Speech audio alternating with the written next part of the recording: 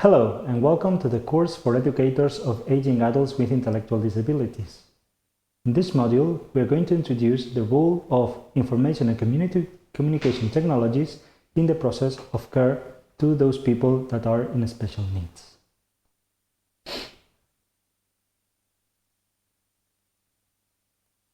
Today, we are living in a society where information and communication technology, ICT, can support the empowerment and the development of all aspects of our lives. This is especially important for people with special needs, such as aging adults with intellectual disabilities. Accessibility and availability of ICTs is highlighted as a human right by the Convention of Rights of Persons with Intellectual Disabilities. But the rapid technological development of our context and all the changes it brings makes ICT a hard technology to be available to this kind of users. Aging adults with intellectual disabilities, with mild to moderate intellectual disability, are in risk of marginalization because of the digital divide. With respect to the use of ICTs, there is a significant gap in the use and ownership of ICT and internet connections between the people living in residential homes, such as people with intellectual disabilities, and the rest of the population, which is an important gap. Previous research has focused on the interventions to increase and maintain knowledge and use of ICTs. And moreover, it has been shown that daily support from staff and others is crucial to facilitate access and use to ICTs. Organizations with clear goals related to ICT increase service users' participation in ICT-related activities has shown a big success in the use of these technologies for developing fine or gross motor skills and other kind of cognitive development. A person with mild to moderate intellectual disability benefits from an organization that provides support from all levels, from decision to policymakers and, of course, the operational staff they work with every day. The organization needs to ensure that operational staff members have adequate supporting skills and training when to offer these skills and to make these people learn how to use this type of technologies. So it is important to define a clear roadmap on supporting the staff, but also to support the clients that are in the residential homes or in the daycare centers. Aging adults with intellectual disabilities may experience major difficulties when engaging functional daily activities independently, which turns in the needs of defining strategies to help them to reach more active and functional role within their environments. Recent studies conclude that there is a lack of organizational support and comprehensive strategies in the use of ICTs in social care centers, especially for people with intellectual disabilities, which is a major gap. And that's why this course is forced to use ICT technologies with this kind of end users. The wide variety of ICT-based supporting tools has been proposed to increase the inclusion, the social inclusion, and also the development of aging adults with intellectual disabilities and how to engage them. Basic tools consist of interactive booklets, pictorial representation of a tablet, or the use of a desktop application with a beamer. Other may include advanced ICTs such as voice recording, simplified interfaces, or body tracking technologies to guide users step by step and advise about the performance of their activities. Studies assessing the effectiveness of aforementioned technologies have reported encouraging results.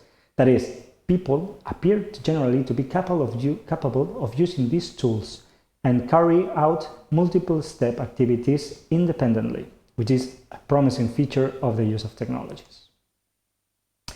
ICTs are strong support for the training of educators and also for promoting the social inclusion of aging adults with intellectual disabilities.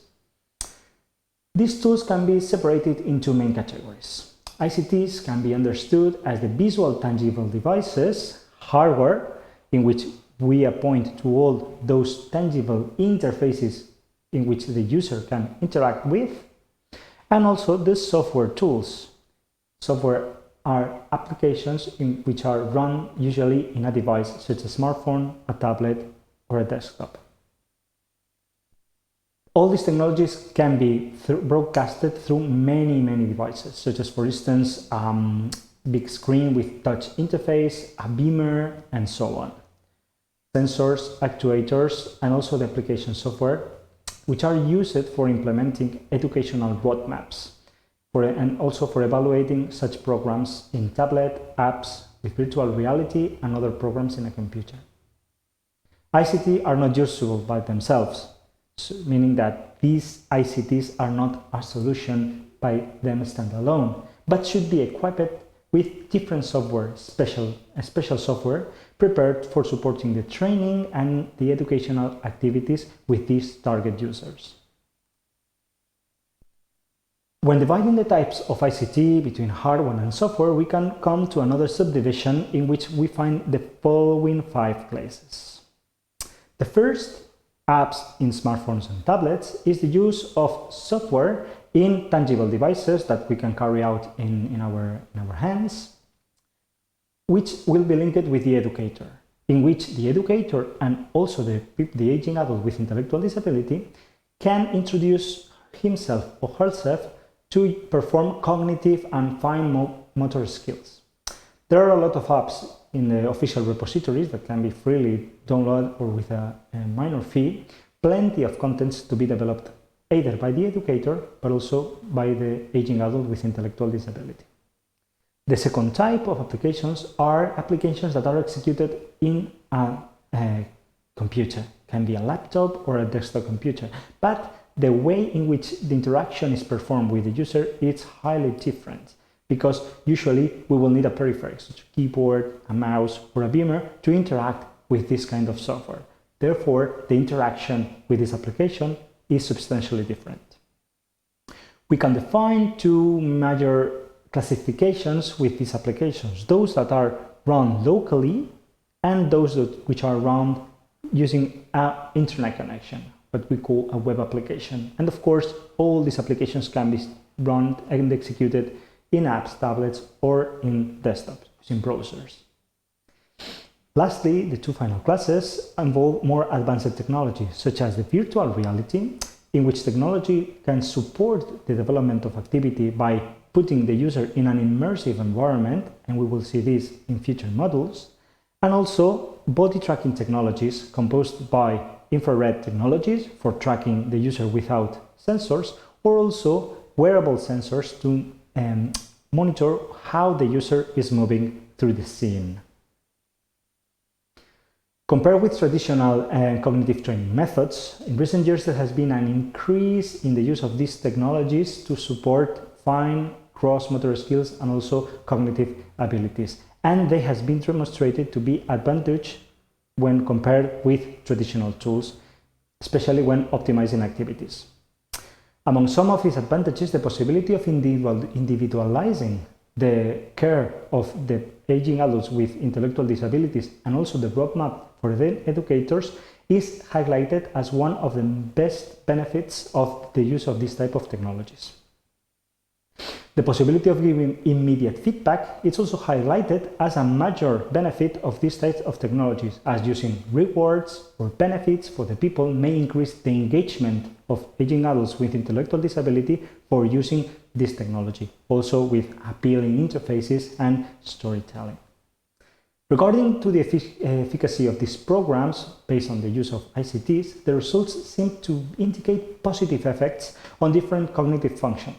For instance, working with memory, visual and spatial memory, and speed information processing. In addition, there are also present positive effects in other areas, such as the subjective memory, and also the other related to the symptoms of anxiety and depression. To conclude this first module, we can say that ICTs are a promising tool, but yet there is no special evidence on the wide use of this type of technologies with the target users of aging adults with intellectual disabilities. Also, we note from literature that the use of ICTs by itself is not useful. Otherwise, we have to put it into a strategic plan in which we involve from stakeholders from the policymaking area to educators and also, of course, the end users, aging adults with intellectual disabilities. And lastly, we have to know that there are several types of ICTs, and the selection should be specifically fit for the purpose of the activities we want to develop. Thank you very much for your attention.